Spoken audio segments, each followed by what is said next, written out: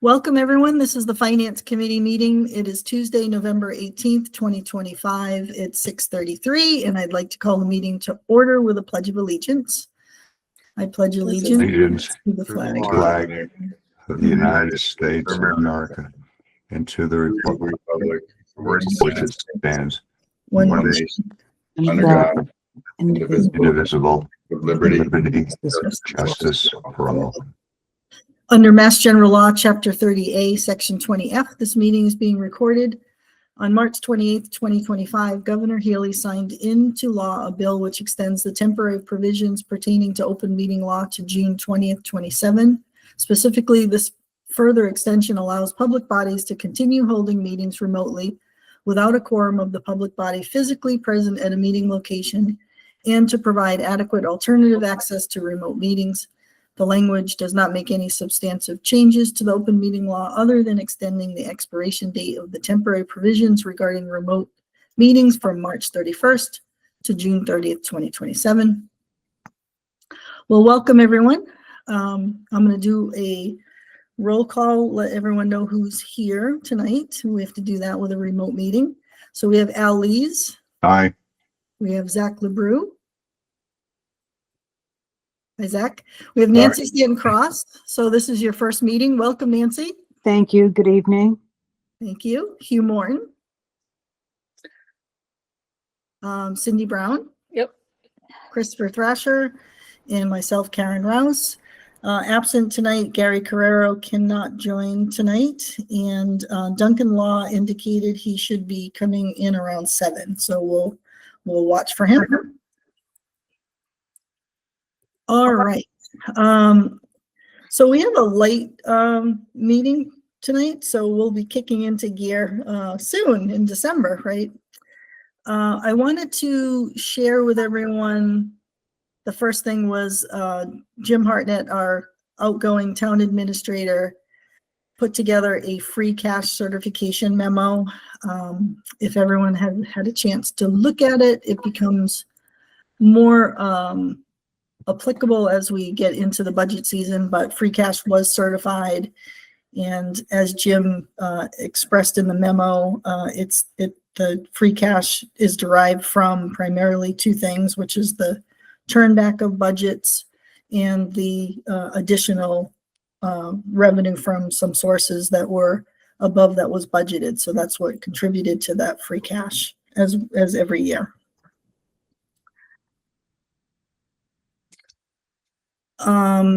Speaking, I think just I didn't invite Jim here tonight, but I believe we have a new town administrator that's starting at the end of December. So we should probably, I think Jim's going to stay on until at least that transition point. So maybe our next meeting, we can invite Jim to our meeting and give him a big congratulations, and and he can update us where he is on the budget. So as far as I know, he has already met with all the departments and is kind of putting together a first draft of the budget. And so he's going to be compiling that. And according to our schedule that he put forth, it should be mid-December. He would be presenting his first draft to the select board at that time. And then we'd get a copy of that too. And again, that's extremely early in the budget process. The state revenues are not known. There's going to be many big expenses that have not been materialized yet, whether it's health insurance or other insurance and the diamond assessment. So there's going to be a lot of big placeholders, but we'll have a first draft at that point. Okay. Any questions or comments on Jim's memo at all? Okay. Well, I think when we do the department budgets, it's helpful to have the turnbacks to understand what derives some of the turnbacks and to get an understanding of their budgets more. So we'll have that with us. Okay, I'll move right along. I put together, since the last meeting that we had, I sent, as I do every year, send a calendar to all the department heads and asked them to pick their dates for the scheduling the meeting. So we've heard from, I'm going to call it up 1 second. So the only ones that have not yet responded or been scheduled are town hall and the cemetery, which usually the town administrator does those with us. And so we can either ask Jim to do those or the new town administrator can do those with us, depending on Jim's availability. And then the highway department has not scheduled theirs, but Gary said he's working with the highway department and will help get that scheduled. And then we have not scheduled the beach committee yet. So that one's still pending. So in terms of everything else, so I'll just read this through. So, and then this way, in case anybody who is listening is interested in our schedule, so then they can write down some dates, anyone from the general public. So on Tuesday, December 9th, we have Shellfish and Marine Services, the Board of Health, Transfer Station, and Animal Control in the Building Department. On January 6th, we have Veteran Services, Library, Council on Aging, and IT. On January 13th, we have Police, Planning Board, Town Clerk, Registrar of Voters, and the Treasurer, Collector, and Debt. On January 20th, we have the Fire Department and Recreation and the Assessors. And then on January 27th, we have the Town Accountant and review of revenue. We have no meeting scheduled for Tuesday, February 3rd. And then on February 10th, we have the Westport Schools. And that should wrap up our meetings.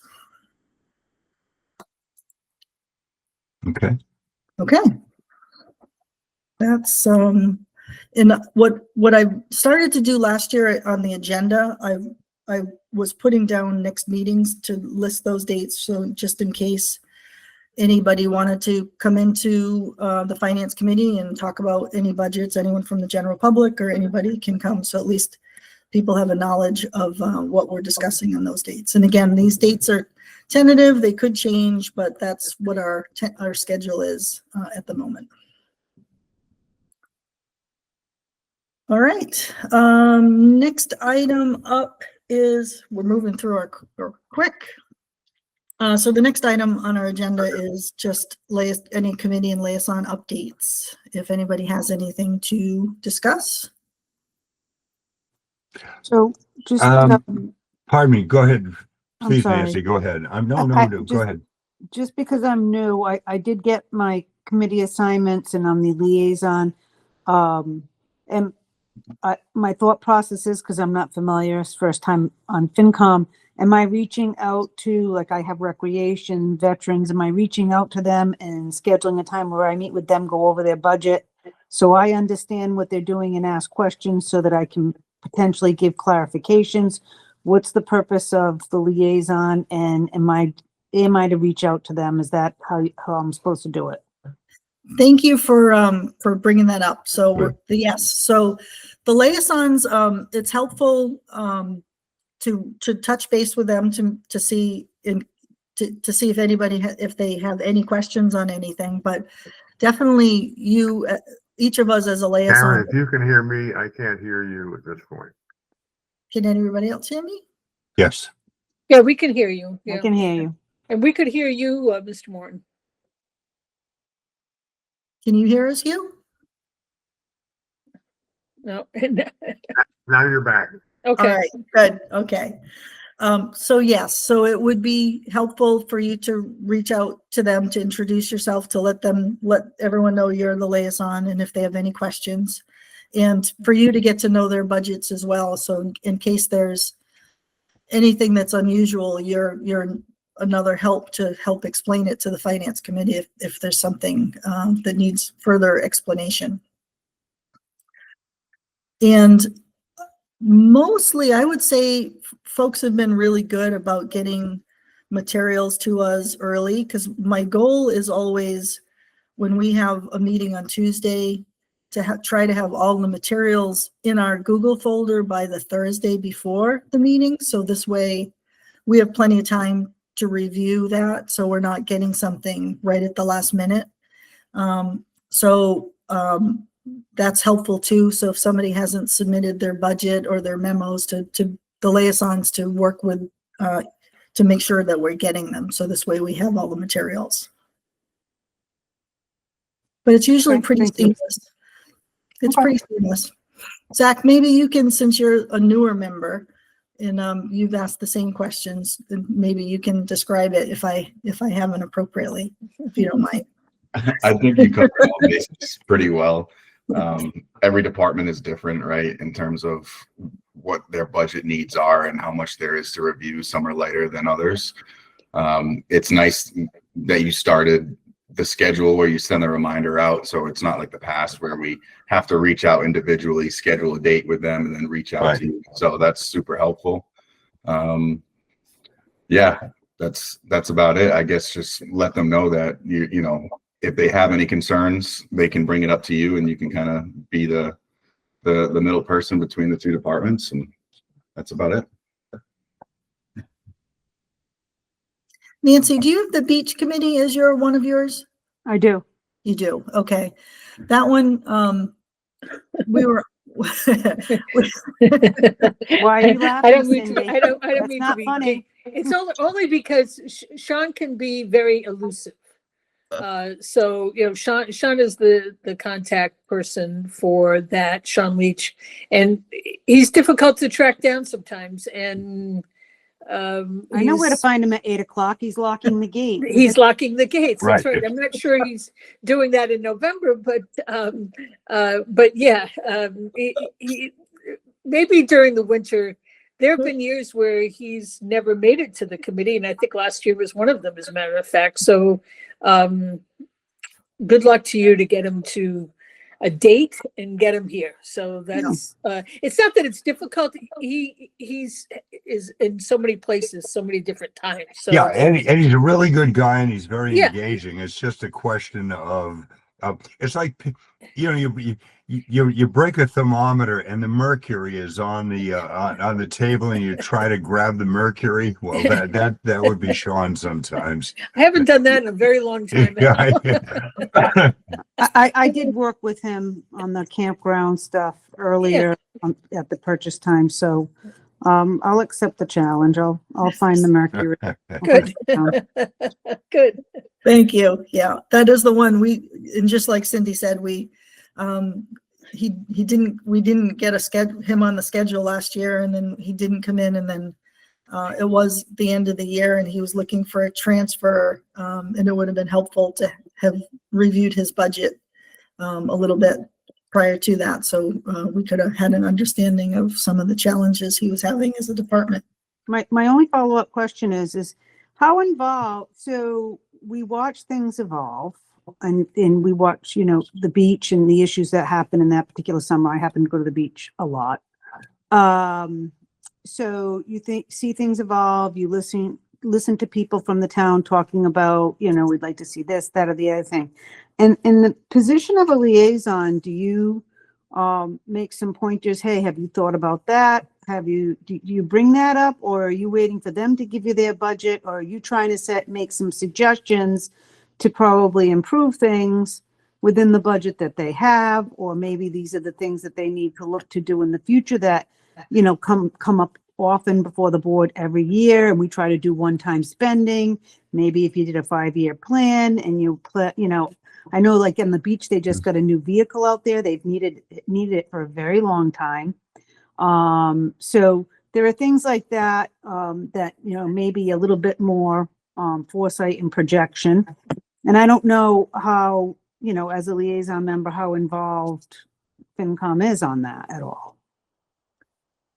I think the answer to all of that would be yes. So I think, you know, there's a balance from, FinCom's responsibility is not to manage a department operationally, but we can certainly offer suggestions or, you know, thoughts on what the best use of spending the money is. So I think, you know, anyone should be open to feedback and questions. And so I think all of that's fair. So I think it's all fair. Sharon, if you can see me, I think I'm here. Yes. Offer a few comments for Nancy. I've been in the police department with John for a long time. I don't plan to, I don't suggest that I am expert in police matters, but I think a reaction from the committee's view, as it were, things that to the liaison that I think the committee would be interested in or not so interested in.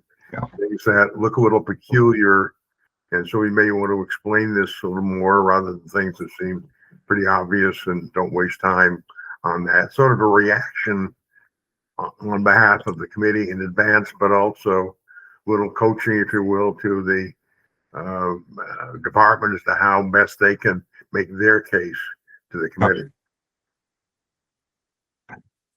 Yeah, and I think that's fair, you know, as you meet with Sean or any one of us meet with the liaisons, those could be one-on-one questions, and that might help facilitate a department to put together a memo to explain their operations or things that they're challenged with, that they're looking on, and then that comes to us as kind of the presentation there. So that might be a one-on-one conversation that you kind of help guide that, Yeah. those questions. Yeah, also Sure. another Oh, example, all right. the police department for years is a question of cruisers, take-home cruisers, etc. On the face of it, that isn't apparent to the ordinary citizen. There's a good reason for it, and we'll do it this year if necessary, but to suggest they need to explain it in advance rather than waiting for somebody to say just what's going on here, etc. Right. Okay. I would agree. I would agree, Nancy, that what everybody has said is appropriate. That even though, you know, we want to stay in our bucket and not, which I didn't do quite as well as I should have a year or two before. Opinions, suggestions, just the banter back and forth helps inform the individual departments. So I wouldn't suggest for a second that you didn't give the opinion to, you know, whomever. I had a good meeting about a week or so ago with Bill Chase and gave him my opinion, which I'm usually very reticent and I don't really give my opinion to anybody, as most of you know. But what I did, I gave the opinion of a couple of things he was thinking about, and of course Danny Baldwin and I see each other quite often. The fire chief, for example, and we'll just bat things back and forth. And I think it's important for both of us, not just in terms of the financial part, but also giving a sounding board, because a lot of these department heads don't have the sounding boards that we would like to necessarily think, you know, they do. There's certain things they just can't talk about in confidence that make a difference to their department. So, you know, I would walk softly and carry the big stick. Thank you.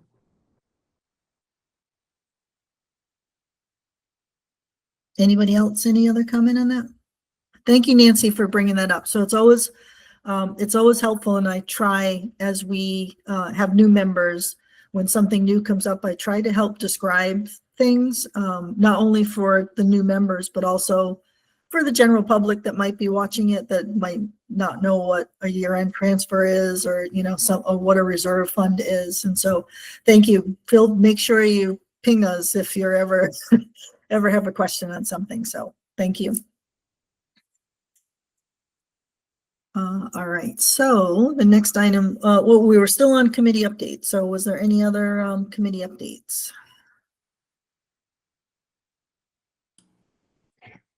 Only that I've spoken to the two major committees of mine, fire and, marine services.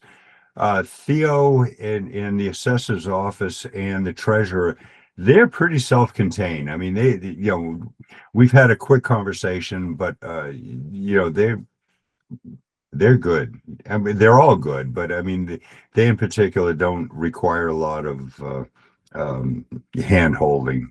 So I think I'm okay. I would say then that police department is now more familiar. My son's been on board for a couple of years now, so more familiar with the process. CPC really doesn't have anything yet. December will be a meeting when more things come forward to be discussed and thought about. Great. Al, you're on the capital improvement, right? Yes, I am. Yes.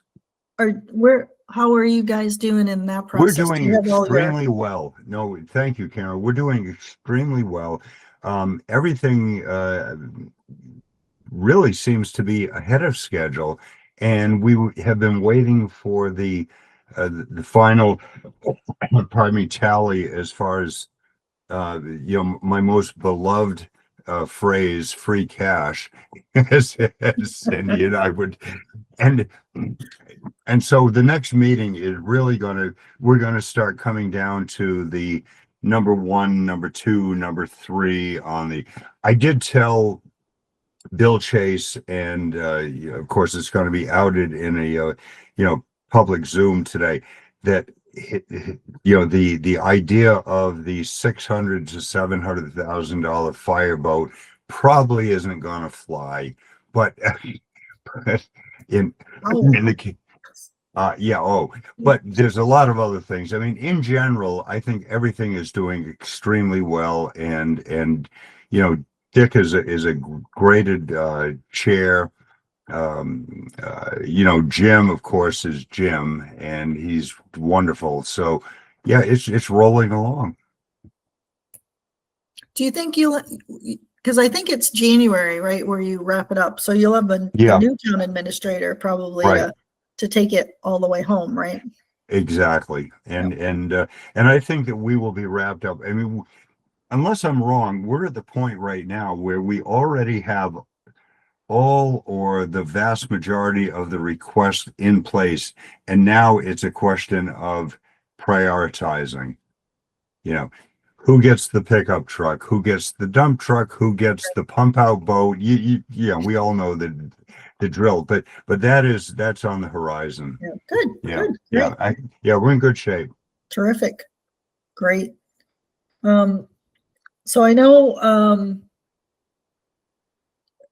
on the long-term building committee side, I know we had talked a month or two ago that we wanted to schedule a meeting with the select board. So I can kind of resurface that to kind of see what makes sense for us. So I can talk to the select board again. So we're kind of on hold because the meetings were on hold. So I can follow up with that.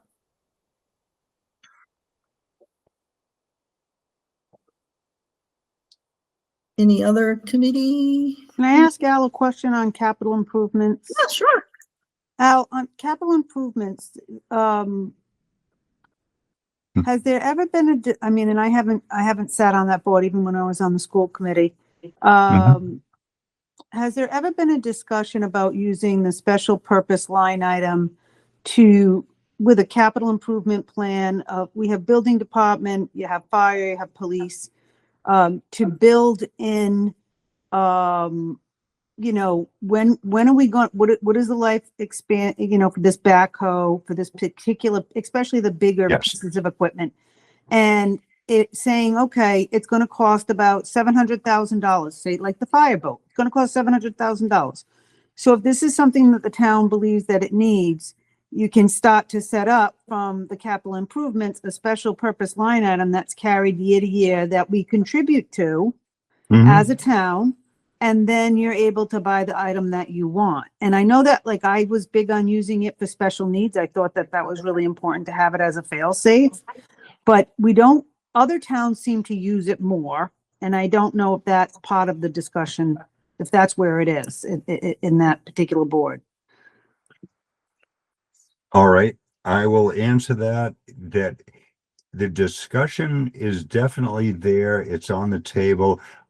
However, I have only been on for 2 years, so I can't go back into the ancient history.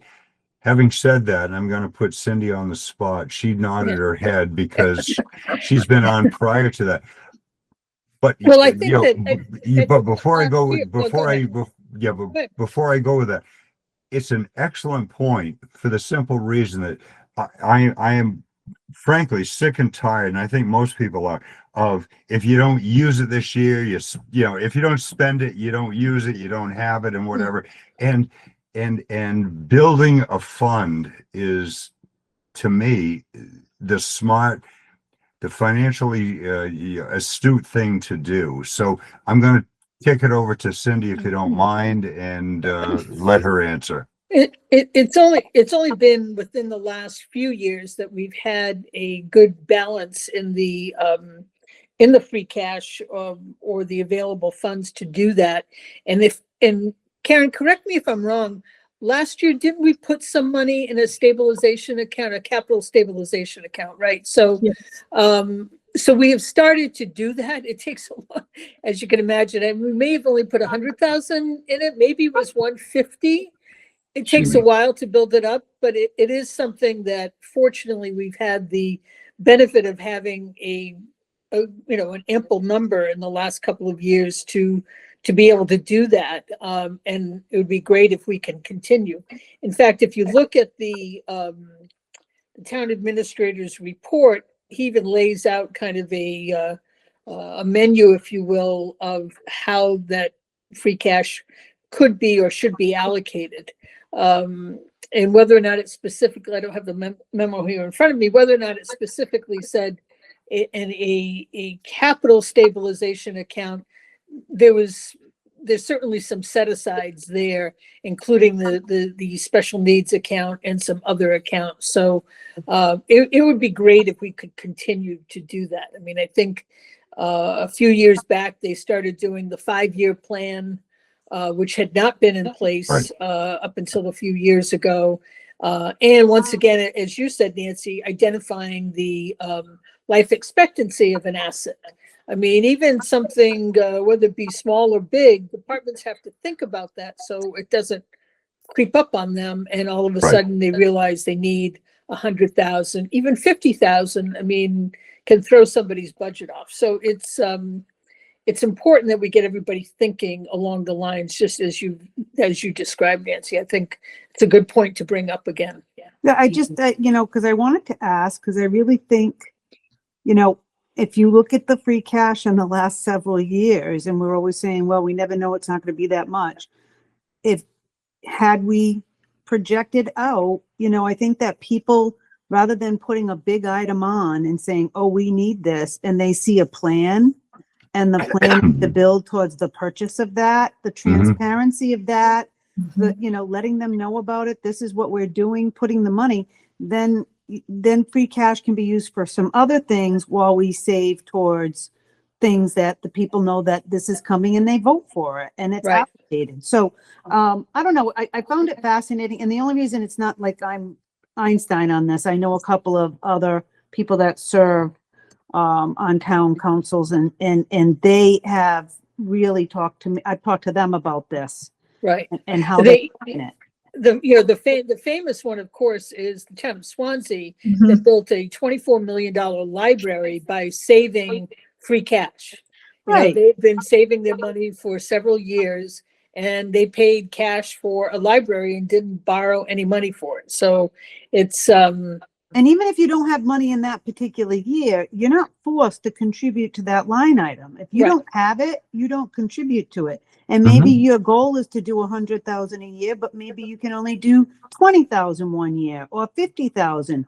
It's there, it's on your budget, and it's carried year from year. And I just think people always get shocked at town meeting when they see those one-time expenditures. So that's why I brought up the question, but it's not my committee. I'm just, No, it's good. Yeah, no, it's terrific. I mean, just as Cindy said, it's really only been a couple of years that we've seen a 5-year plan, at least, to try to look out. I think the whole budget process has been so narrowly focused and just trying to focus on balancing the budget and for this year. And I've always been an advocate of a 5-year plan, and you can't put it all in one budget because you got to think about next year. And so, so with a 5-year plan, and just as Cindy had said, we started the capital stabilization fund. So we're starting to get those dollars in there, but I think you're right. The next step is to say, well, what's the plan to do with those dollars once there's sufficient dollars in there? What's the plan for those? Madam Chair, I just want to add, I agree with what's being said. I think the history is that the departments are very good, in fact, at turning back what they haven't spent. So there's not a matter of trying to pry the money out of their grasping hands to get it in. It's a combination of balance here, but we're starting from really cooperative approach of not trying to spend it so I'll get it next year. Right. When I looked at the free cash though, I mean, I saw the amount of turnbacks, but the bulk of it is from where you project your budget and how much you use of it when you budget it. If maybe I'm misunderstanding it, but I saw the number 78% as the number that was used for the estimate on the receipts that the town would receive. They budgeted for 78%. Am I reading that correctly, or don't I? Yeah, no, so that was the revenue side. So, Not including property tax, yeah, not including the property tax though. I think Hugh was speaking of the department expense turnbacks, the funds that are appropriated that aren't spent. No, I Yeah. understand that, but That's what I I'm was saying the saying. bulk of free cash isn't that. It's not the turnbacks. There was $660 thousand primarily from excise tax, motor vehicle excise tax. That's always the biggest moving target, depending on your view of the economy. There was a time where the town administrator's budget adopted by the select board had roughly 98% of what was collected the prior year was carried forward to the ensuing year, as far as what was estimated to be received in excise tax. And that was, during COVID, it became very uncertain as to whether or not people were going to be buying new cars, whether or not collections would hold up. And so the town administrator started scaling that back somewhat, as far as what percentage of the prior year's collections would hold true in the following year, and has adopted a relatively, I won't say very conservative, but a conservative method of calculating what may come in the following year.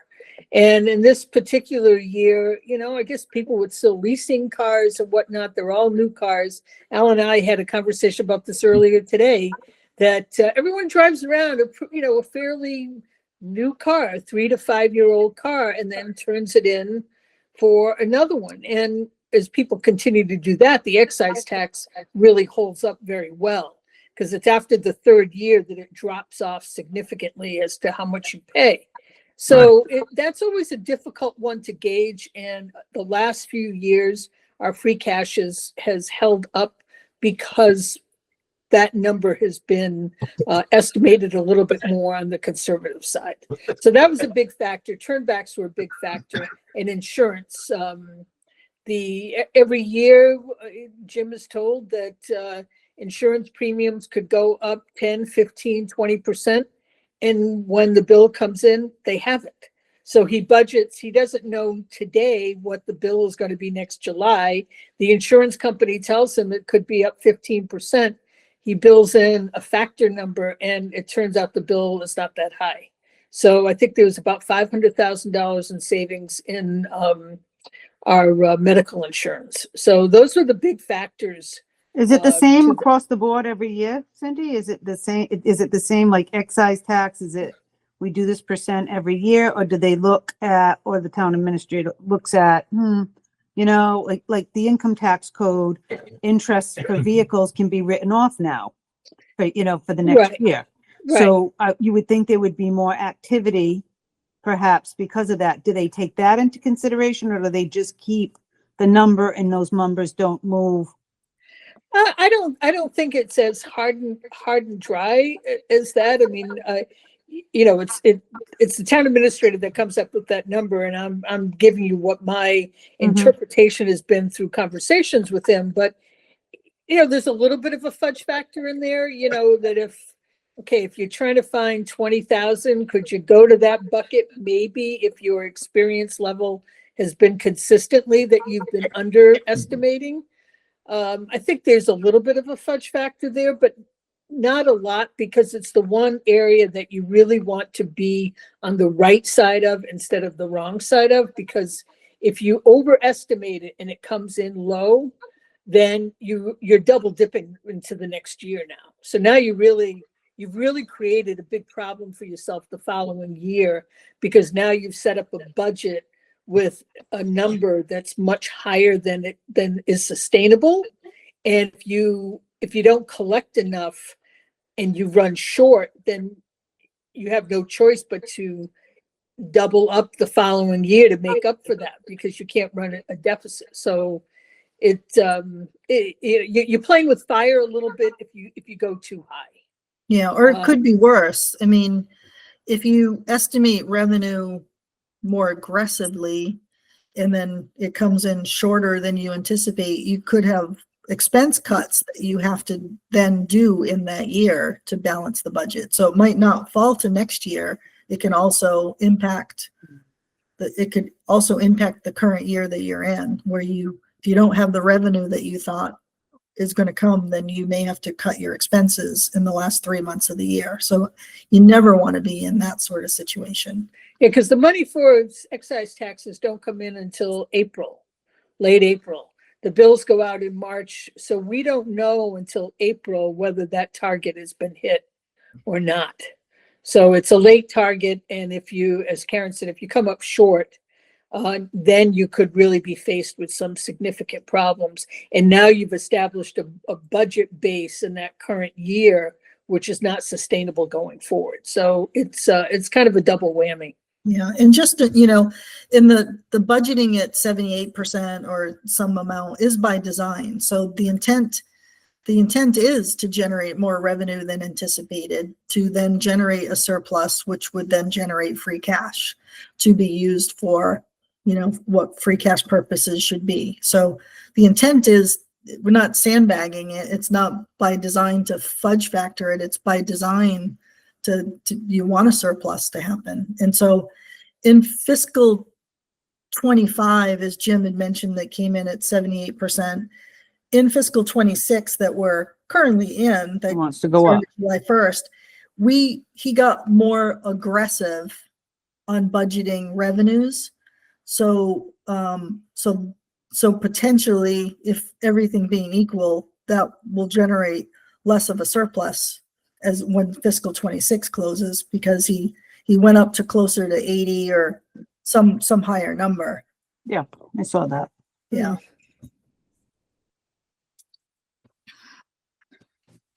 Al, did you have your hand up and then down and up? I'm not sure if you. I did. I'm playing ping pong. No, I'm fine, Karen. Thank you. Oh, you're all set? Yeah. All Good. right. Okay. All right. So anything else on that? I don't know how we got on that conversation, but all right. So I don't think, if no other updates, we can move on to the minutes of October 14th, 2025. Pardon me, Madam Chair. I think you spoke on the long-term building committee for just a moment, and then I immediately, of course, got kicked off and had to log back in, and then you would move to a different conversation. So I just wanted to mention that. Christopher, I'm sorry, could you speak up a little bit? Just to kick it up a little bit, Chris, please. How's that, folks? Any better? Much Perfect. Yeah, much better. You turn the mic up. Sorry about that. So, no, I was just, you had mentioned the long-term building committee, and then I immediately got kicked off and had to log back on. So I just wanted to mention the plan of action right now is to have a public meeting on January 22nd. There's also going to be possibly a housing study component added to what RGB is doing. The plan is again to meet on the 22nd of January. After that, the long-term building committee is going to do kind of a final recommendation with to the select board, and at that point in time, that's when I think it would be good to have a potential select board, finance committee, and long-term building committee joint meeting. The idea is to have something that is presented to town for the election in April, as well as town meeting. So that's kind of where we are right now as far as where things stand. Thank you for the update. I'm not certain when it makes sense to. I mean, I'd like to have some comments heard before final decisions are made. So I'd like to hope that our opinions at least go into a discussion of that. So I'm not sure it makes sense to wait till it's done, but The only thing I'll say is that the moment that there's actually something that's got concrete numbers attached to it, then it, that, to me, that's when it makes sense to have the finance committee involved. Right now, even with the presentation and what I gave the select board a couple of weeks ago, and what I sent to you that was presented, I mean, all of this, it's still, there's no official ask, there's no official number Right. attached to anything yet. It's still, being batted around. So that's the only thing. I don't intend to not involve, the finance committee. I think it makes sense that once there's actual numbers attached to everything. well, I mean, I think there's numbers now and there's concepts now that I think committee members may have comments on or could comment on. I mean, I certainly have a number of questions and comments from all the information that's already currently available. Again, I think the next step is to have another public meeting to go over things, and frankly, that makes sense that would be a time to present questions. Obviously, if you want to bring anything to me, I'll be happy to answer as best I can. But again, the key is there's no set proposal or set thing to really kick around at this point. It's all just conceptual, and I just feel again that the finance committee's role comes in once there's actually some actual, okay, these are the numbers being asked, being taken to the select board to potentially put in front of the town. No, I appreciate that, Christopher, and we've had this conversation before, that you have a narrower view of what the finance committee traditionally has done. So certainly our responsibility is to make a recommendation on a warrant article. That does not mean that's the only thing that we do. So in the past, when there's been other warrant articles of significance, we've had conversations with the select board throughout the process, even going back to the override, which is the select board's, which was the select board's article. We talked with them to help frame it and work together to try to create an article that would be passable. So they didn't just exclude the finance committee from discussion until putting it on the warrant and then letting us have an opinion, a recommendation. So we were an integral part of working together to try to frame something and try to get all the questions asked and answered so that it could be passable. So I understand that, and I'll say again, the intent is not to not involve the finance committee until there is a warrant article. What I'm saying is the next step in the process to get to the point where an actual ask or where an article is developed, where an actual dollar amount is developed, is that public meeting on the 22nd of January. Literally right after that, that's when I think it would make sense to bring the finance committee involved. It's not my intention to wait until there already is language for a warrant article. It's just more about knowing what actual numbers are going to be involved. And in the meantime, I would certainly encourage everyone on the finance committee to be involved in the process through the public meetings that are scheduled. So. Go ahead, Cindy. Thank you, Christopher. Just as another member of that committee, to some degree, I'll defend what Christopher is saying, only in that I think this next public meeting will be far different than the other public meeting that we had, in that I believe that the committee is looking to get much more definitive feedback as to which avenue this is going to go, as far as the complexity of the scope of the project, whether it's going to include a housing component, whether it's going to include a split apart campus, whether it's even going to include town hall offices. I mean, there are a lot of moving pieces now. I think we're almost further away from a real plan than we were 3 months ago, because other factors have kind of crept in a little bit. And now a new design has come up. This issue about a housing component has come up. So we're pretty far away from numbers, pretty far away. So I think very soon after the next public meeting, the committee would have a much better idea as to what type of plan would be proposed. And I will go on record. This, I hope, is the last plan that we put together, because we've put together several and they've never gone anywhere. Mhm. And we'll see if this is one that can actually get some numbers attached to it at some point, and get the finance committee's input, get the select board's input, moving all together with the hope of getting a warrant article put together for the annual town meeting. So it will be a tight time frame between January and late April, when the warrant has to be posted. The select board can open the warrant anytime they want. So if the article is not ready by the date that the warrant is closed, they may, and they don't have to, they may choose to open it up to insert the warrant article. But any other discussions right now about dollars are very, very conceptual.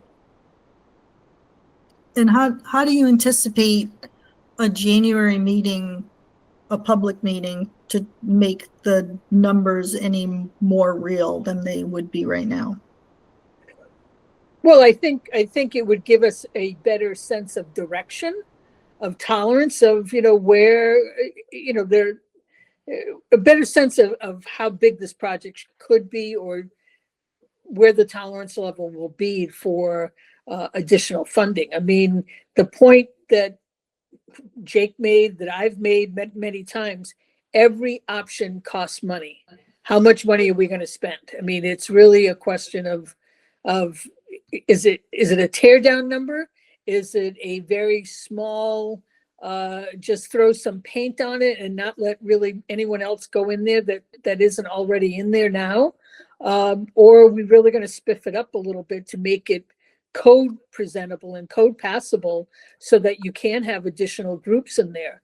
Every option costs money. And so regardless of that, there's going to be some article on the warrant for some amount of money, I would think, to move ahead, because it costs the school department money, it costs the town money every year. And between what the schools spend and what the towns spend, we're probably pushing $300,000 a year between insurance and their expenses to keep the building open. We've got to make a decision on this. It's gone way too long. Right. Christopher, I didn't mean to overstep your bounds, Christopher. I'm No, done. I wanted to let you go, because I mean that's exactly my feelings as well, pretty much from top to bottom there. To directly answer again what you asked, Karen, as far as how this meeting would get closer to actual numbers, this is going to be a much more structured, much more less of a brainstorming session type public meeting, and a much more structured, much more, okay, here are the options presented. I do think that there has been kind of an added complexity thrown in with a lot of voices would like to see some sort of housing component involved, and I think that the latest design actually that came, which was part of that presentation that I sent to you, the latest design has the building, the side with the gym, the side with the auditorium being maintained and being repurposed, with the middle part being demolished. With that kind of opening up, you might have the possibility of having some sort of housing component that also still maintains the field and other, other needed things that are on that campus. So I do think it's my anticipation that after tomorrow there's an Affordable Housing Trust meeting, which I'll be attending, and I believe that there's going to be some added study, an added housing component, housing study added to RGB's task, with the goal of having that presented right before the public meeting, and then adding that option in there on the public meeting for the 22nd. So again, the goal, and I think it's a realistic goal, is that right after that public meeting, we're going to have a sense of what is going to be palatable with actual numbers attached, and then can discuss as far as how how to best approach it with a and of course the wild card here is the fact that this most recent plan that Christopher referred to, that has the main part of the school being demolished, does not answer the need for a town hall space. So, that still leaves a very big gap for the town in not dealing with the deteriorating conditions at the annex building, and what would the town want to do about filling that gap. So it's there are just so many moving parts to this. Christopher, of the, I think the town meeting 2 years ago appropriated, was it $200,000 for consulting fees, or how are you doing on that with So I believe when RGB was tasked with this study, I think there was about 175,000 left in that warrant article. There is still a little bit to cover what's remaining with the study, but some members of the Affordable Housing Trust mentioned that they would be willing to put in a little bit if need be, to add that housing component under a quick, and to make it happen quickly. So that's kind of where we're at right now, and I expect to have some more to report one way or the other after tomorrow's meeting. Great. I just had one adjacent question to what you had presented at the select board, and I think you said it more ancillary, so I was just kind of curious. You had mentioned that there was potentially a church group or a group going into the school auditorium on a Sunday or something. Is that happening, or? No, so there had been a church group that had reached out a couple times about using the facility. Just in my conversations with Jim, that unfortunately would add some complexities and maybe have more issues than might be worth using it for that. So no, that was an interest that had been, they had reached out with interest of using the building, but not there's no plan currently to rent it out.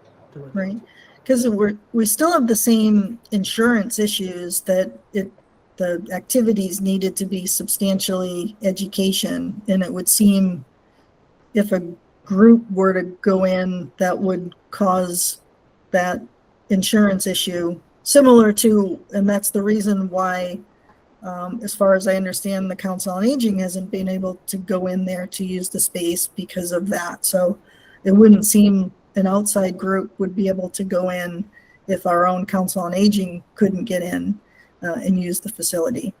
And that was that was exactly how I felt on the matter, and I believe Jim concurred on that. And Yep.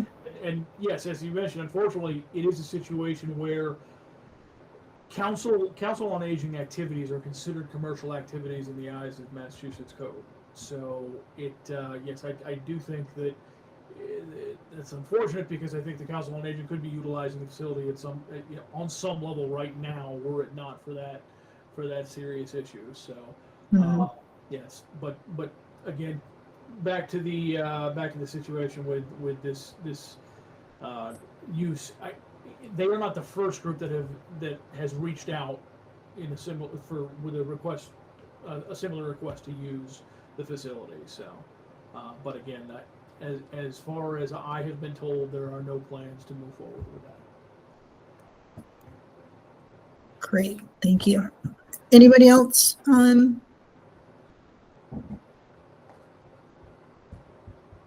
Was You that know, I would be remiss to say, because I was in this a long time ago, but the Council on Aging and their particular uses there, and there could have been adult education provided through, for the Council on Aging, which would have dovetailed for some use of the space because it was educational.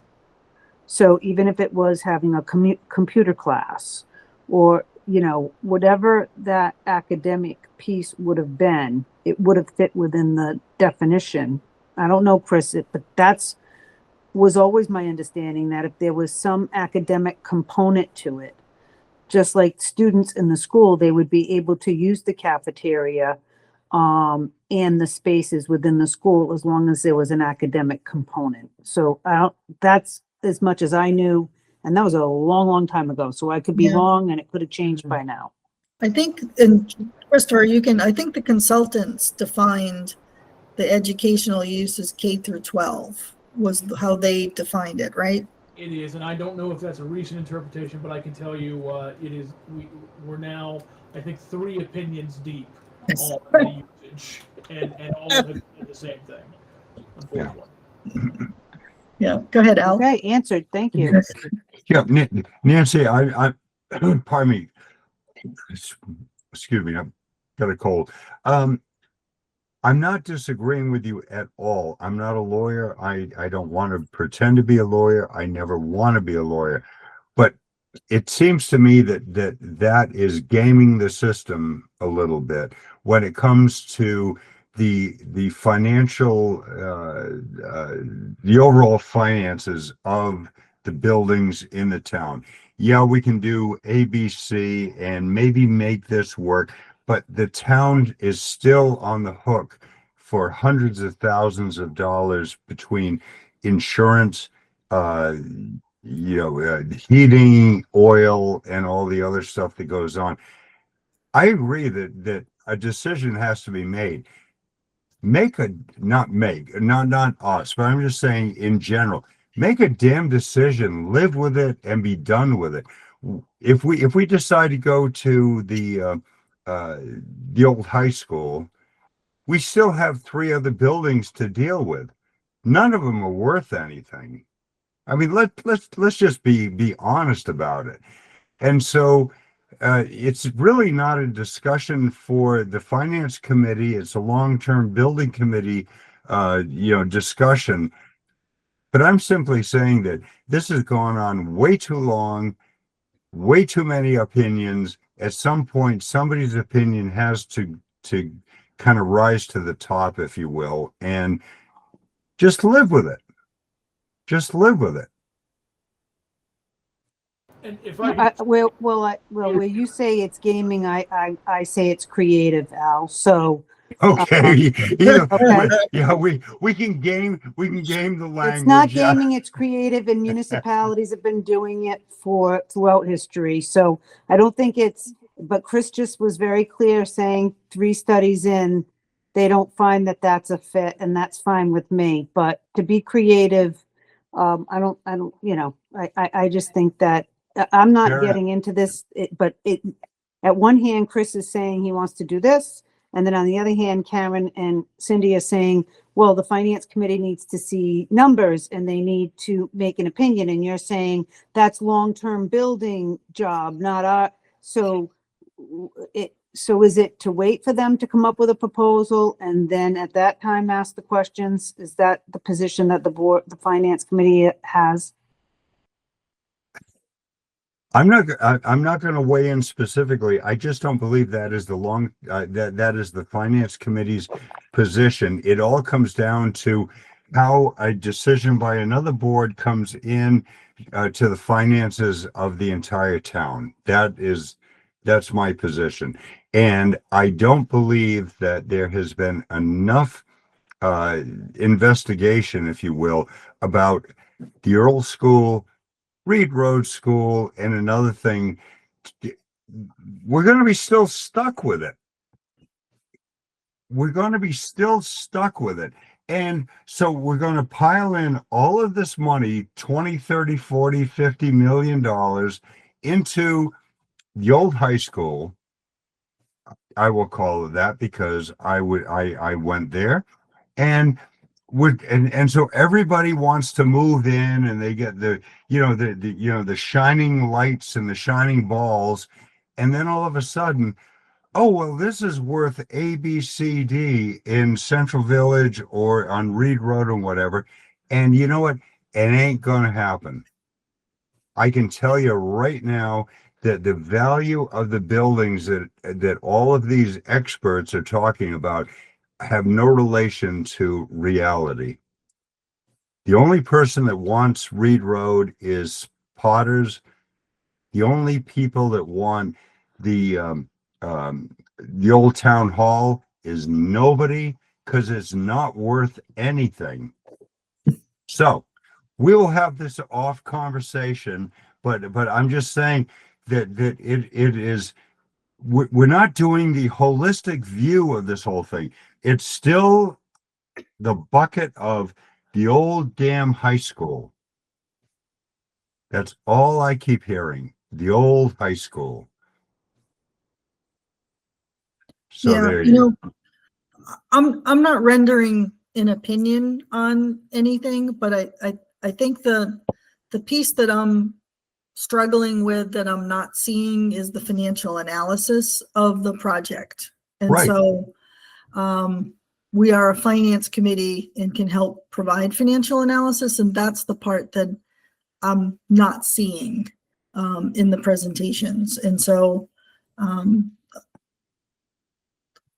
that's where I Yep. think we could offer some suggestions and guidance, or just things to think about, or things to put in a presentation as the framework of the financial analysis. So if I can just jump in and say on a couple of things here. First of all, I absolutely agree. This has gone on far too long. I am now at this is the last year, or going into the last year of an appointment on the long-term building committee. I never thought it'd take us this long to get even this far. But I am looking at this as there is going to be a question presented to the town, either hopefully both on the election ballot and at town meeting, but one way or the other, the town deserves to have a say in this. As far as the actual numbers and the analysis of the individual buildings, that is part of what has been done.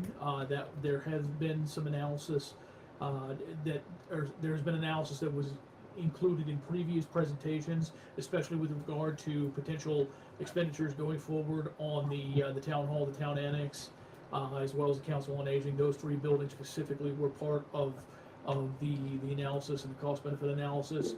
The original, or I should say, I won't even say the original, I'll say the first draft, if you will, of a community campus option that came in, somewhere around $65 million. That did include moving all town offices to the new what would be the new community campus. That was met with a little bit with a fair amount of skepticism with regard to moving the town offices. A little bit of pushback on that as well. So I know that while the analysis is still part of what has been done and is part of what's going to be presented, it did not seem that it would be palatable to include moving the town offices into anything that was done with the old high school campus at this time. I do think it needs to be part of the options that are going to be presented for the public meeting, but again, the goal being to have something concrete, even if it is multiple options to vote on in April and May. So. Christopher, when did it become not palatable for the town hall to move? I think it's fair to say there was a great deal of pushback with the number that was involved. It was 65 to 70 million, and I think that a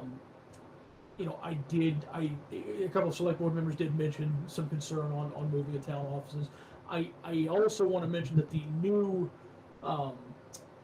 the latest design that's been presented might not necessarily mean moving all town offices in, but it does have a significant amount of what I would consider flex space, space that could be used for multiple uses, including potential of town offices. So, all of these conversations we're having is kind of indicative of the status of where this is at right now, because there's so many moving parts.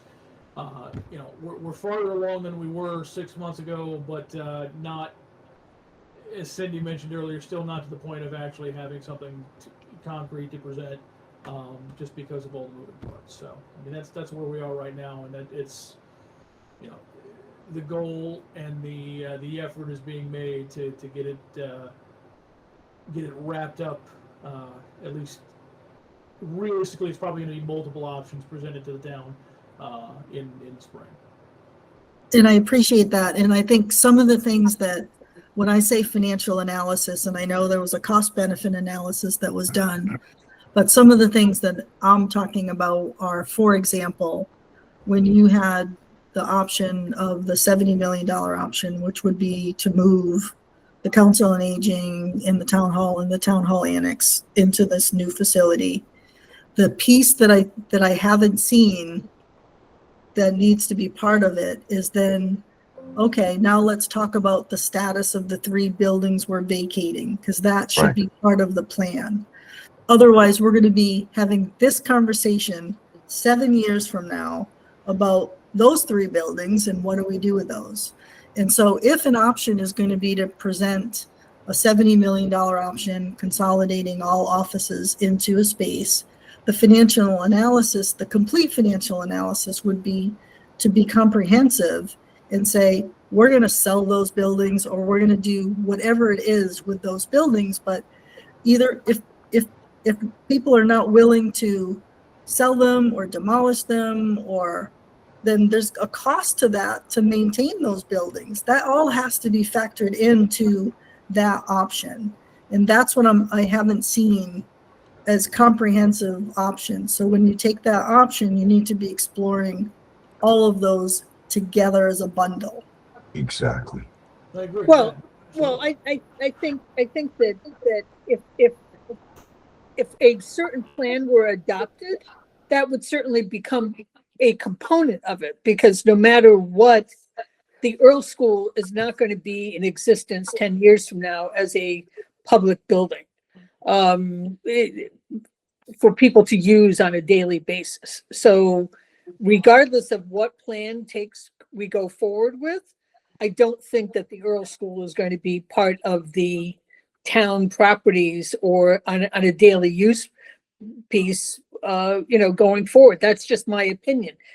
But that's purely an opinion. That's not based on any code issues or any other plan that someone has come up with, given how much it costs. But a vacated building of the annex costs a lot less than the occupied building of the annex. So you wouldn't have to heat it as much. You wouldn't have the electricity costs. You wouldn't have as much going on there on a daily basis. So there are a lot of factors that would go in it, depending on which avenue we go. If those town offices that are in the annex now do not move to the newly renovated school, and they have to stay there for a while longer, well, that's going to impact the cost. So it's hard to, we could spend a lot of money on financial people to come up with some of these plans. Once again, this is all being done, as everything else is,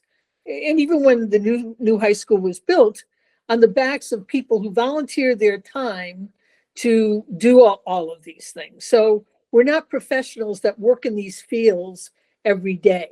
The consultants, RGB was not tasked with doing a very detailed cost benefit analysis of what would happen to the remaining buildings that would be there if we vacated them. That was beyond the scope of the project of the RFP. So if we want that detail of an analysis, once we've decided which direction we're going, we can certainly do that. But once again, in my opinion only, the residual value of any of those buildings is relatively small. I mean, even the town of Dartmouth is still sitting on their old police station, and they've done a very good job of utilizing their old schools and repurposing them. But even they're still sitting on one of their the old police station there near Elm Street in Dartmouth. So there's not much value to the remainder of those buildings. I think the existing town hall, certainly, probably its best and highest use is for its current use. And if there were an addition put on to allow for more space, that's fine, but that costs money too. So if you want to fix up the old school and the town hall, now you're back to some big bucks again. It costs money to get nice things. I mean, Right. And that's exactly it, right? So it's trying to framework. So, I know the current scenario was to leave the town hall and town hall annex to bring it down to the $48-50 million. But with that, then the voters in the proposal needs to say, we're eventually going to have to spend another 10 or 15 million on renovating an old building that we decided not to vacate. So we're going to create this next new shiny building, but we're not going to we're going to stay in the old ones, and that's going to cost more. Like who's to say we're not going to say that though? That's what I'm saying. Yeah. There needs to be more financial analysis that's describing the project as a whole. Well, we know pretty much how much an addition would be for the town hall. I mean, RGB included, I don't want to say a basic estimate, but I don't think it was highly detailed. It was in the $10 million range, $10-12 million range to put an addition onto the current town hall. That varies depending on how much you want to fix up the existing building or just put an addition on. They're just getting a brand new HVAC system put into town hall. They've had a new roof put on. I mean, they've had some work done there. So perhaps there is something to be saved there, and just putting on an addition, that's fine. And we kind of know what the cost of that is. So I don't think a lot more work has to be done to make that assessment if it were determined that that we just need an addition to town hall, and that the renovation of the old high school would not include that, which would really bring that cost down. Does the sum of the two, is it less than the 70? Absolutely. I mean, I think, yeah, you're not going to get 3 beautiful new buildings out of this. You're going to get 2 renovated buildings plus an addition. So yeah, the cost comes down a little bit. So we're learning more as we investigate and explore some of the options. So we're not ready to talk about a specific option yet, because we don't know which path it's really going to take from the townspeople's viewpoint. What do they want? Do they want nothing? Do they want something? Do they want a little bit? Do they want a lot? I don't know. I mean, there's a member of the select board. I'm not speaking out of school because he said in a public meeting. I mean, he doesn't think that people are willing to spend any money. Well, we're going to have to spend some money on something because we can't just let that building literally rot and have it turn into a fireman's training ground. So something's got to give. It's an election year. I get it. Thanks. Zach, you've been very patient. Yeah, I just have a couple of questions, and I apologize if this has already been public, but I just haven't noticed it, like regarding some of the options and the estimates. Has there been like actual bids solicited during this process for the work? No, it's frankly it's nowhere near being able to put out the RFP or bids or anything like that. This is at this point more of it's more conceptual than anything. So Right. So there, bottom answer to no. No so bids. there's not really even like very granular cost of what would be in that 68 million or in the 48 million. Well, I'm just trying to understand like what it's projected on and kind of what RGB used for that, because I remember seeing some of the renderings and it wasn't a basic building that's coming from a cost effective position. Like, has even value engineering been discussed at these meetings? yeah, I mean, so RGB is an architectural and engineering firm. So like they're not basing it, they're basing it on their project experience. And part of the reason, at least that I was interested in RGB doing this study, is because they have taken several of these reuse type situations, whether it's school, whether it's municipal buildings, police stations. They've taken them all the way from conceptual all the way to completed reconstruction. So that's that's where they're getting their numbers and their estimates from. It is not. It's certainly not to the point where it's line by line nitty gritty for bid purposes at this point. But it is based in the reality of their experience doing exactly this type of work. Yeah, because I mean, of course, for something that we're going to present to the town like this presentation, which I think is clear, you have to simplify it, right? This can't be a 100 page slide. But I think it does beg the question, what's a high level breakdown even? And I wonder if that has been condensed to this. So maybe the question can be posed to them that they could provide us something that we could look at and try to understand, and all in the effort of when we do have that town meeting, the voters who will ultimately pass or fail what makes, the warrant article, can understand this, because it is tough to look at such a large number and then just see a plan view, with some shaded areas and intent. And I feel like maybe that's some of the financial data or information Karen's alluding to, at least from my experience in my background. I'd kind of like to understand, because maybe there are some value engineering options which you wouldn't really understand until you start soliciting bids or start having somewhat, of a design. Just a couple thoughts. Yeah, I don't disagree with the concept there. I think the challenge that we have, and Cindy alluded to it earlier, is that the charge that RGB was given was not the charge of a project manager.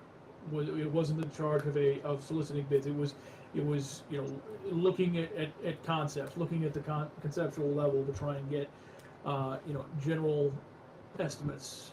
I agree that that amount of detail is going to be needed, but you're not going to get that, I guess, until we move into the project management phase, in my opinion. Well, but if it's conceptual and they have this experience, then they're basing it off historical data, and maybe there's even a square foot example of a project that they've had that they can relate the cost to, just so the town can understand it, because I feel like these large numbers it's easy to scare everybody away.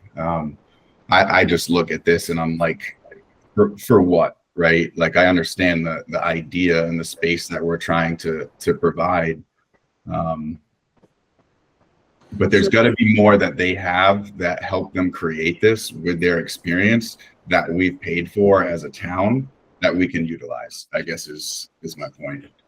So I think there's a lot more detail in the previous presentations than the one. So the one that was circulated right now, that was literally just what I presented to the select board as an update. So I mean, there's only a few slides in there from RGB that only have the new concept that was added. So they have given the number repeatedly as far as what you're talking about per square foot with a build cost. If you're building a brand new municipal building from scratch, you're looking at $850 per square foot, somewhere in that range. If you're talking about repurposing, it's a little less than half, or it's about $400 a square foot. So I mean that's where those numbers have been repeated quite some, Mhm. since we've been at this with them, and they've shown the committee, shown the long-term building committee the breakdowns on this several times. So and I think ultimately what is going to be presented to the town will have at least those high level numbers attached to it. But again, I guess this is actually a perfect example perfect thing to go back to when we're talking about like the square foot allocation. So we have concepts that say X amount of square foot for council on aging, X amount of square foot for school facilities, but we're not going to know what that exact square footage is on an actual blueprint until we get to the project management side of actually developing plans and going on the construction side of this. No, I appreciate that. And I wasn't like by any means pressing, just inquiring, because I haven't been able to keep up with everything that's been going on at these meetings. And in my head, I'm trying to like visualize how that public meeting for this will go. And I think, what Karen's trying to do as well is just how can we get as much as we can to make this as successful as possible and as efficient as possible, so the town meeting doesn't delay it. I mean, the meeting doesn't delay a decision even more because there's something that we didn't try to foresee or mitigate in terms of confusion. That's it. Yeah, and so when we get to preparing right at the beginning of the year, preparing for this meeting, I would like to go. I would say that we'll probably, or I would like RGB to forward all of the the details that would be presented and get it to the FinCom as well for exactly that purpose. I just going back to what the actual charge of RGB is and was and continues to be. It's again, it is that top line conceptual basis. It's not line by line, and it's not creating blueprints at this point. So Understood. Thanks. no worries, thank you. Thanks, Zach. Al, did you have your hand up and then down? No, I'm gonna defer to Hugh, All right. and then I have a comment, but Okay, Hugh's go ahead. been waiting a while. All right, yes. go ahead, Hugh. I just want to say, I think the idea of getting things together and shoving it into town meeting, maybe it's a last minute, is not such a good idea. Some of us may remember a project about sewers on Route 6. Whether good or bad, there was certainly a feeling in some areas that it was being forced and people weren't aware of it, etc., which didn't help it to survive, and it didn't. I'm not taking a position one way or on any of these proposals, but I'm saying simply that I think you need to have as finished a project as you can. Estimates, it may be the best you're going to have on costs, but there has to be a price ticket with some degree of reliability for townsfolk to vote in favor of spending their money. And even if town meeting is predisposed to go along with it, the rest of the town is going to have a say.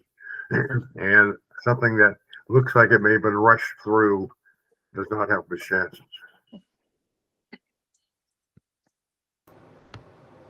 Well, one thing I'll say on that is 5-6 years later, rushing is I don't think and as a matter of fact, I originally wanted when we first got the concepts back, I wanted to push forward with maybe even having a special town meeting this year. And so realistically, logistically, that wasn't going to be feasible. But I'm certainly determined to send something to town meeting one way or the other this year. And I do think by the time we get to the warrant being opened, it's going to be there's going to be enough info there for the town to make a decision. And the bottom line with this building and with all town buildings, but specifically with this building, it's been said time and time again, whatever we do, including doing nothing, is going to cost the taxpayers, it's going to cost the town money. There's no way around it. Whatever we do is going to cost money. So But your point of 5 years is accurate but meaningless. There've been no project that actually has been considered. There's the possibility of various projects. And so I think my point still stands. well, again, I agree. You know, it's certainly not my intention to present something a week before the town meeting and say, okay, go vote on it now. But you know, but I do think we're at the point where getting something in front of the town in the springtime, with enough time to consider the options is a realistic and necessary goal at this point. I'm also talking about perceptions as much as realities. And if you're going to do a vote of the town, perceptions make a lot of difference. That's it. Mm-hmm. Is there? Absolutely. Yeah, I agree with you, Hugh. I think it's, the committee talked about things for 5 years, but since RGB came on is when the activity really happened, and it's been a very short period of time, and we're trying to move to an article, and it feels a little fast. I agree. I gotta absolutely disagree at this point. I mean, this has gone on for so long. Even if the article is, do you want to spend money to do one of these options, or do you want to spend money on demolishing it? At this point, I mean, it's costing us. I think it's more than $300,000. It's closer to $400,000 every single year, and it's only going to get worse. So, I mean, I don't know how much longer we can put it off. Well, I think there's a difference, and I don't disagree, Christopher, and I think everyone appreciates that you've been the one that's helping lead the charge on the committee where the committee needed some direction. But, there's a very big difference, in my opinion, where, one solution might be to mothball it or demolish it, and that will cost whatever, $5-6 million. There's a very big difference to then take it, to repurpose it, and then ask the town to spend $70 million. There's a very big difference there. Yep. And, and I'll ask the question, it seems like the RGB's job was to, how do you repurpose the building? In my opinion, it should be, what's the best use of all the buildings? And that's not the question that was asked of them. So we're trying to come up with a reason to repurpose and spend the money to repurpose, not what is in the best interest of all buildings together. And there's a very big difference. Bingo. Very big difference. I really want to push back on that a little bit, because that was actually absolutely part of what RGB was tasked to do, was to evaluate and talk about the life expectancy, the per square footage maintenance costs going forward projected out for all three buildings, and they've done that. So Well, Christopher, I'm going to push back right now because I've been sitting in the background, which is unusual for me. I don't think they did it. Mhm. How's that? I really don't think they did the proper job. I was looking for a complete analysis of all the buildings and the cost benefit ratio of everything that would happen with A, B, C, D. And no, all I saw from them is this push towards the old high school who, Mhm. And do we rip this out? Do we do this? Oh, we're not going to talk about this or this or this. And I don't think if their RFP was not written correctly, that's on us. If it was written correctly and they didn't do the job, it's on them. but I just don't feel that we have a proper analysis of the entire cost, the holistic cost of all of the buildings. So I don't want to go on a rant, but I appreciate the committee. Fabulous work. Lots of people coming in. We've got to do this. We got to do that. But at a certain point, the consultants, which it isn't just the latest consultant that we spent, what, 200 grand or whatever. We have spent probably close to $3 million of dollars worth of grants on this damn building. When you add up all of them, it's not just this latest. I mean, it's gotten kind of ridiculous. Well, and I agree that especially when you talk about the grants that have been put forth to the annex of the town hall, I mean, it is significant, and so the only thing that I'm concerned about is if I don't know if you have seen what was presented way back when. I mean, at this point we're months beyond when they presented the analysis of the buildings, the individual I believe that I do, but go ahead, keep going. This was a very there was a very significant part of what they did devoted to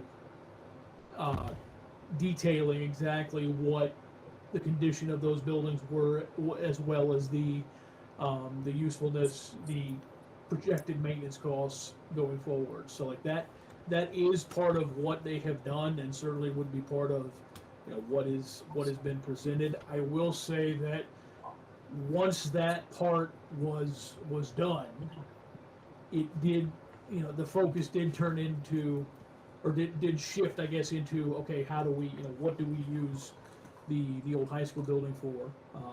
But there is a, the component of evaluating those buildings that was done. That was actually probably the first part of the study that was completely done.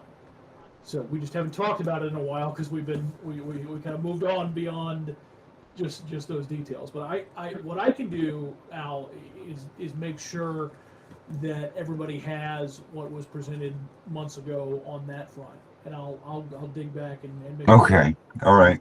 and just to make sure that everybody has that, because my as far as my hope with this study and what I've seen with this study, why it would be different from all the other money on consultants we've spent is because it would be doing exactly what you're talking about. It would take a look at the longevity, the maintenance costs, the serviceability of all three buildings, and try to do a cost-benefit analysis. And that, again, that to me, that component has been done, and the focus has shifted onto exactly what to do with the old high school. But I can go back and make sure that everybody sees what's been done before. Christopher, that'd be great. if I may, back in August of this year, there was a handout that was given. It was called Potential Yearly Maintenance Costs Savings, and it was a spreadsheet that included the annex, the actual town hall, the Council on Aging building, the base cost of demolition, the estimated demolition cost, the estimated cost to replace the athletic fields if we were to sell the building, the estimated cost to replace the school administration offices, the estimated cost to replace school department facilities, given that that's the garage and whatnot that's being used there.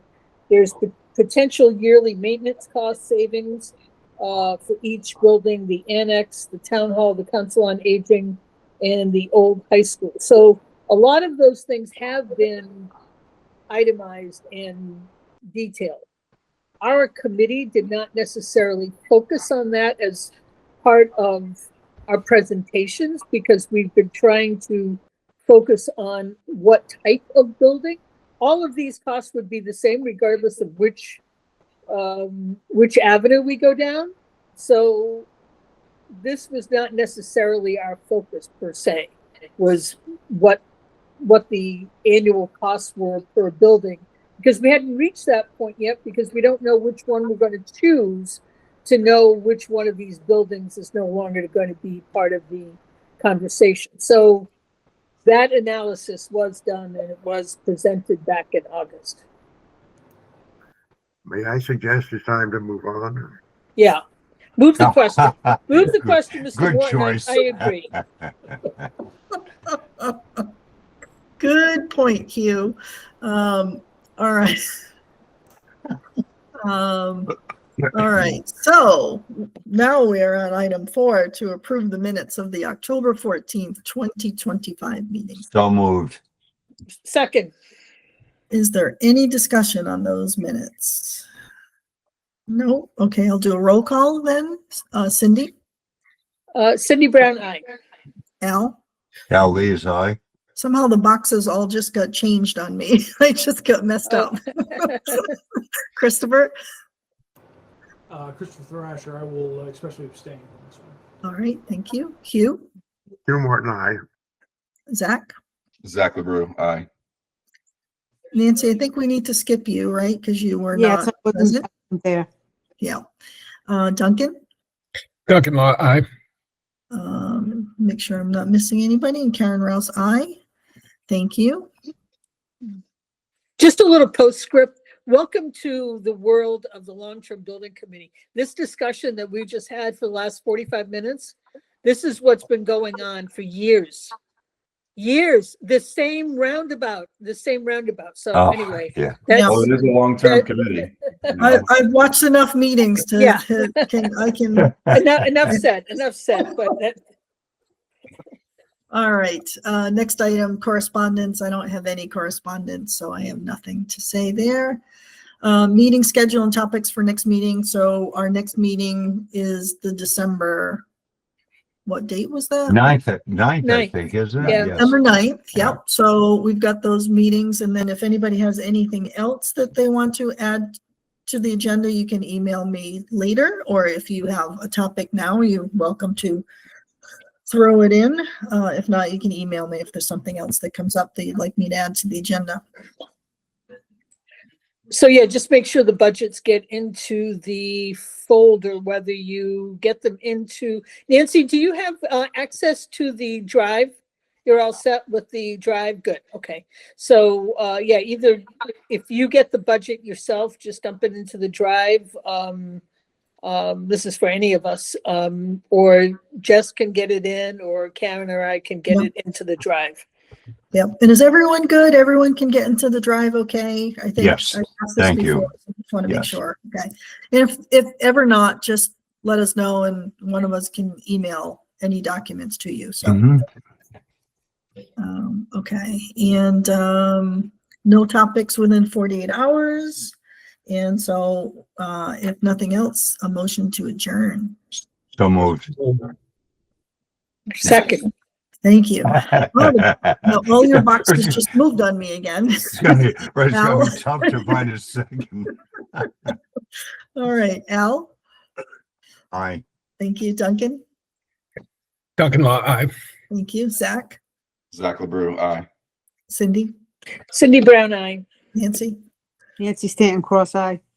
Hugh, Hugh Morton, aye. Christopher, Christopher Thrasher, aye. and Karen Rouse, aye. Good night, everyone.